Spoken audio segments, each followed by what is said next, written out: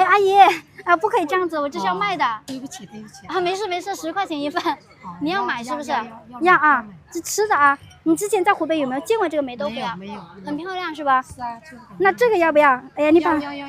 你看这豆腐做烂了都。行，我给你弄啊。你看吃什么口味？有香辣有麻辣的。麻辣的。麻辣的，吃什么辣度呀？微辣、中辣、特辣？中辣。好，中辣啊。行，我中辣就是卖的比较多一点啊。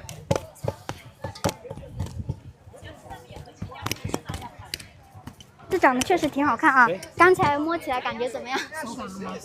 看到吗？啊 ，Q 弹弹的，滑滑凉凉的啊。来，这个粮食酒洗酶可以促进发酵啊。你看吃什么口味？有香辣有麻辣的。麻辣的。啊，就是要搞微辣的，是不是？好，那就家常口味的啊。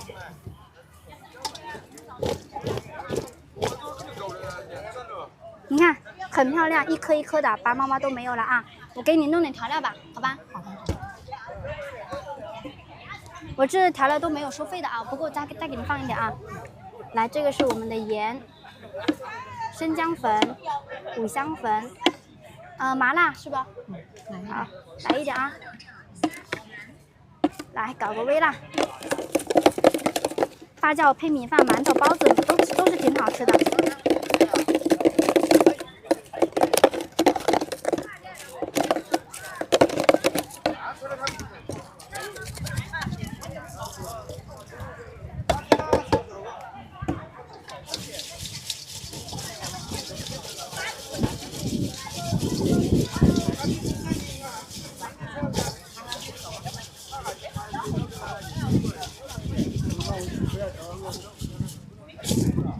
来，再加一点粮食酒啊，把这辣椒都裹上去。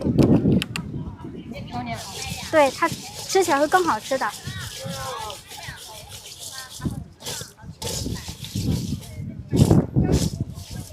你看怎么样？方方正正都裹得辣辣香香的，是吧？我给你打包啊，你这个微辣在里面，老人家小朋友都可以放心吃啊，不怎么辣的，这纯家常口味啊。不过你这个拿回去的话，就不能马上吃的，它还要放一段时间，放10天左右，放10天半个月左右再去吃啊。能吃的再放冰箱啊，还不能吃就不要放冰箱去啊。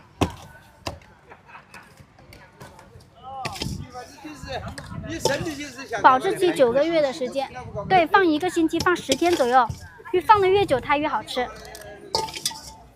当地的家乡美食啊。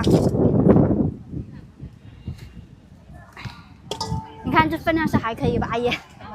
蛮多，10块钱啊，很实在啊。对，它能吃9个月，保质期9个月啊。